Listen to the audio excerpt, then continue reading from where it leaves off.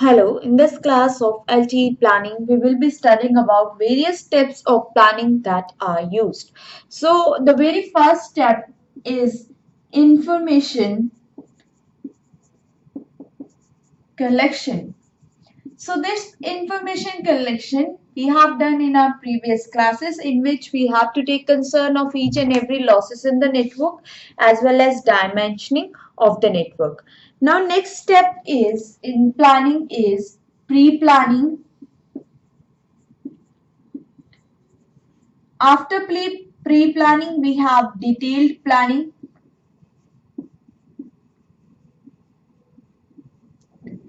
So pre-planning and detailed planning.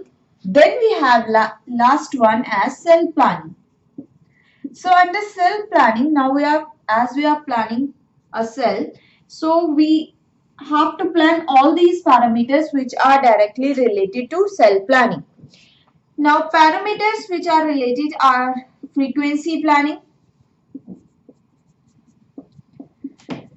After frequency planning, we have TA planning. TA planning, then we have PCI planning, and we have PRAJ planning. So we are required to plan all of these parameters.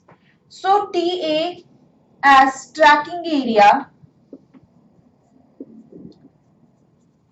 then we have PCI. PCI stands for physical cell identity, and PRAJ stands for physical random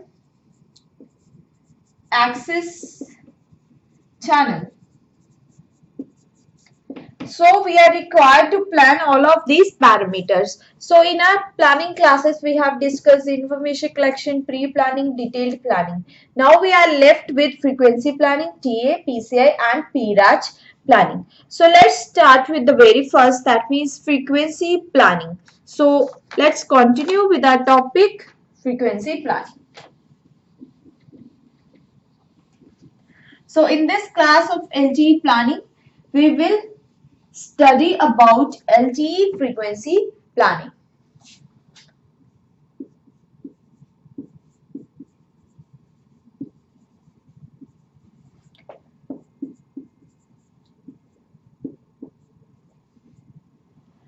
Frequency planning, that means we require a band, and then accordingly we require to decide the bandwidth. So that means for frequency planning we require a band, and according to the band we require to specify the bandwidth. Now frequency planning, that means you are planning the bandwidth allocated as well as frequency allocated. So we require a mode in this, and that mode is frequency reuse mode.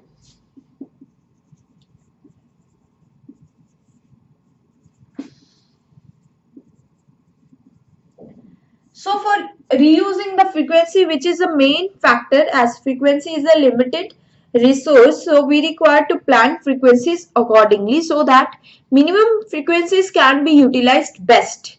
So we have a mode, and that mode is N multiplied by S multiplied by K, where N is number of E node B's, S is, the letter S is number of cells, or I will write sectors per E node B, and third one, that means K, which is frequency reuse in E node B. So this is a frequency reuse mode, and these are the basic descriptions of these modes. Now we have a very first mode in this, that means type 1 is 1 cross 3 cross 1.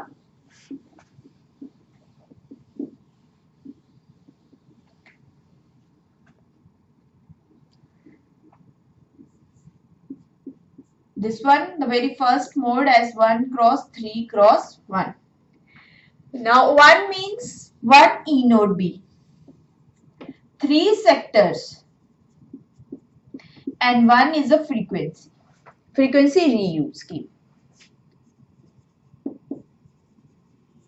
Now I will draw a pattern and then we will learn.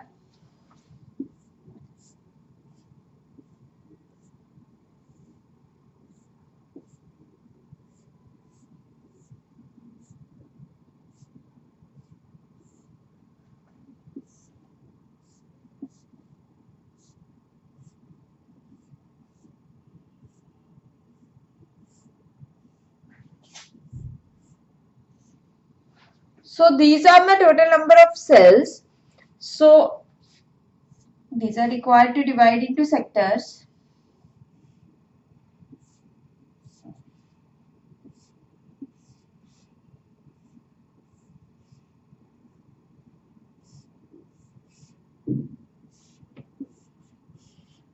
So for E node B, that means I'm highlighting only this cell. So here I have one E node B. So this will be my one E node B and 3 sectors. Now I require to give a frequency. So I'm using the same, that means 1, 1, 1, 1, 1, 1.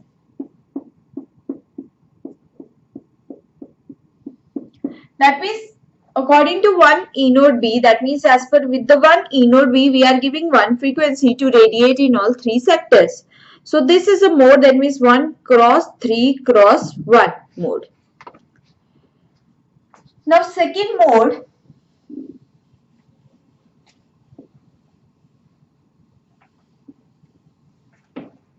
the second mode is 1 cross 3 cross 3 mode. So what is there in 1 cross 3 cross 3? Now we have 3 frequencies for reusing with 1 E node Bs.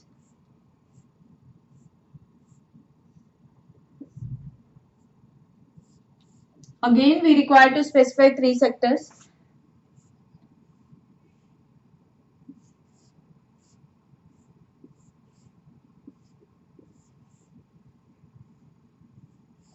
So if this is 1 E node B, 1 E node B, so I have 3 frequencies, 1, 2, 3. So with 1 E node B, I have 3 frequencies, 1, 2 and 3. Oh sorry, with this 1, 2 and 3. So I will allocate frequencies accordingly, because I have for 1 E node B, I have 3 different frequencies. In the previous case, for 1 E node B, I have only 1 frequency. So this is the second mode of 1 cross 3 cross 3. Now third mode is somewhat different. So third mode is 1 cross 1 cross 1.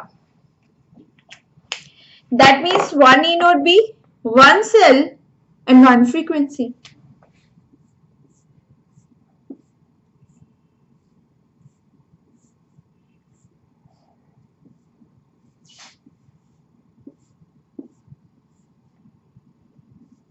Now we don't require to divide the sector, we have to give this frequency to the entire cell. So for 1 E node B, 1 frequency to radiate in all directions. So that means for different E node B, you have a frequency, different frequencies, and they are radiating throughout the cell. So this is a mode of 1 cross 1 cross 1. Next we have mode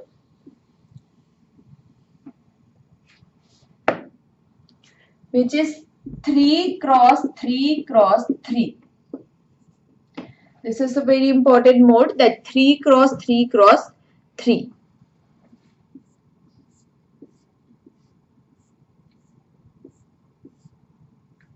Now 3 E node Bs. Let's say these are the 3 E node Bs. Then again next are connected.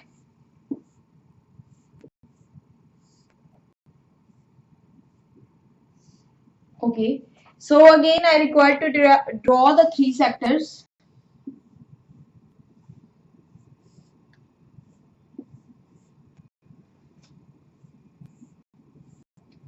I have three different E node Bs in one area. So this one is 1, 2 and 3.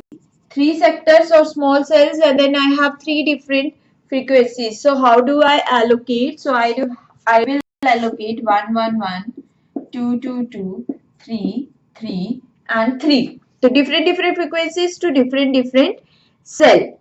So this is a one way to do this. Otherwise we can say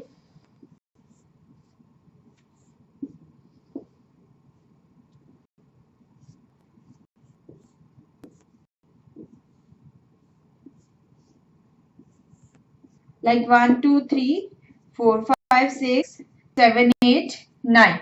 Different frequencies to different cells. This is also 3 cross 3 cross mode. Next, or the last mode of frequency reuse, 3 cross 1 cross 1. Now 3 E node Bs, 1 cell.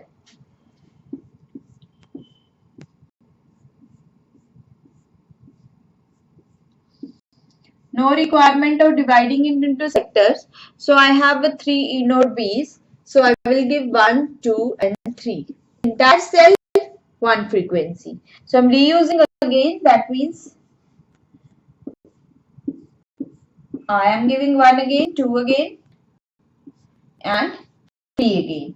So this is my mode of 3 cross 1 of frequency reuse modes, total number of frequency. Now the question is that why we require such reuse modes, because sometimes we have omnidirectional antenna, sometimes we have two directional antenna, sometimes we have E node B connected, or sometimes we have E node B separated, and according to the area, according to the area plan, we require to give the frequency reuse mode as desired. That's why we have a number of frequency reuse modes, and accordingly whatever bandwidth, this 1, 2, 3 are ERFCN numbers as per the bandwidth. Now move to the next topic as intra-frequency networking.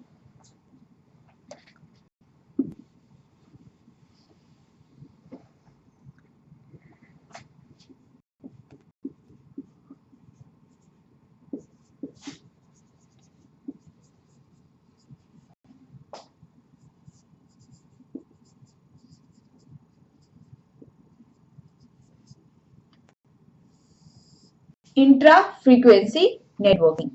Now let's understand what is intra-frequency networking. All frequency bands can be used in each cell. All frequency bands can be used in each cell to have high frequency efficiency. So I can say that high frequency efficiency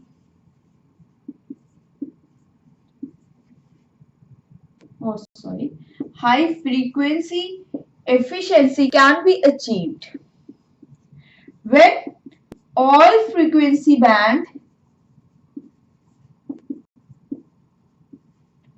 can be used in all frequency band can be used in each cell.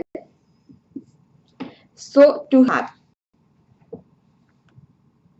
Now how intra-frequency networking can be used. So I will make 3 cells and I will give F1, F1, F1 to the entire cell, and again then if I have more cells I will use F1 mode. So this is the advantage that if I require high frequency efficiency, so I can use all back in each cell so that I can have easy handover. If I am having same frequency, I will get same easy handover and a procedure which is easy scheduling. So this is the concept of intra-frequency handover, as intra means same. So you are giving entire cell the same frequency so that you have high frequency efficiency. You can have easy handover, easy scheduling. So what is the disadvantage? So disadvantage is large interference on the cell edge. That means at this particular areas at the cell edge. So this becomes the disadvantage that at cell edge we will have large interference.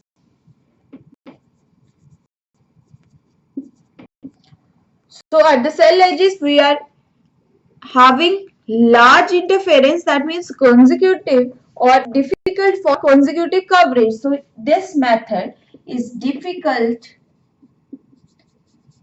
for consecutive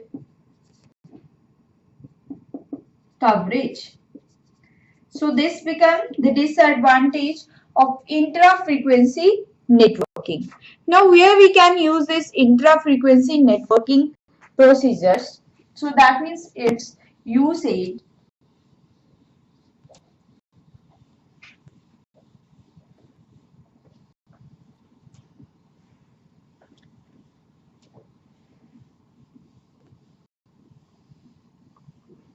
We can use intra-frequency networking if bandwidth allocated.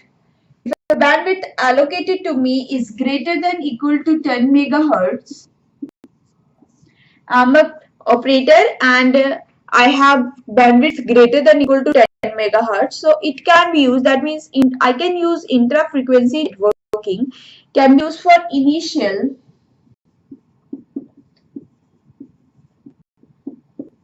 network. So it can be used for initial network construction. Initial network construction in urban and densely populated area.